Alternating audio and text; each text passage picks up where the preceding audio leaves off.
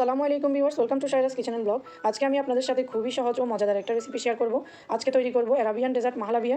Basically এটা হচ্ছে milk pudding, যেটা রোজ সিরাপের সাথে সার্ভ করা হয়। যে কোনো ওকেশনে অথবা বছরের যে কোনো সময় এটা বানিয়ে খাওয়া যায়। খেতে খুবই সুস্বাদু, বানাতে খুবই কম সময় লাগে।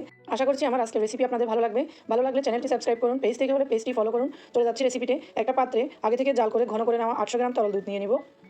চিনি দিয়ে দিব 2 টেবিল চামচ, আপনারা আপনাদের টেস্ট অনুসারে চিনি ব্যবহার করতে পারেন। কর্নফ্লাওয়ার 4 টেবিল চামচ, 800 গ্রাম দুধের সাথে আমি 4 টেবিল চামচ কর্নফ্লাওয়ার দিয়েছি। সব কিছু ভালোভাবে মিক্স করে এরপর চুলাটা জ্বালিয়ে দিব। চুলাটা জ্বালিয়ে অনবরত নেড়ে চেড়ে মিশ্রণটি ঘন হয়ে আসা পর্যন্ত রান্না করে নিব।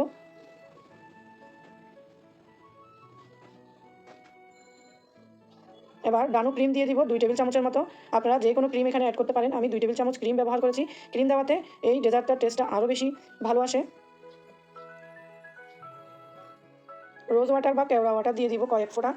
4 ফোঁটার মতো আমি কেওড়া জল দিয়েছি, আপনারা চাইলে এটি বাদ দিতে পারেন, সম্পূর্ণ অপশনাল। ব্যাস তৈরি হয়ে গিয়েছে। এবার যেই পাত্রে পুডিংটা সেট করব পাত্রে ঢেলে নিব।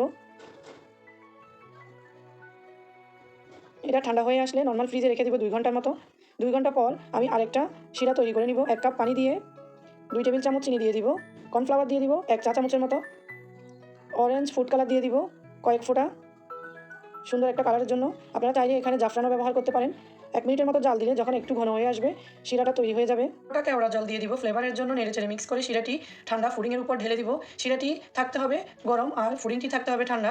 এরপর পেস্তা বাদাম কুচি দিয়ে সাজিয়ে নিব। ব্যাস রেডি হয়ে গেল। দেখতে খুবই সুন্দর, খেতে খুবই সুস্বাদু মাহলাবিয়া ফুডিং। এই অ্যারাবিয়ান ডেজার্টটি আপনারা এই ঈদে একবার হলেও বাসায় ট্রাই করবেন। কেমন হয়েছে কমেন্ট করে অবশ্যই জানাবেন। আশা করছি আমার আজকের রেসিপিটি আপনাদের ভালো লেগেছে।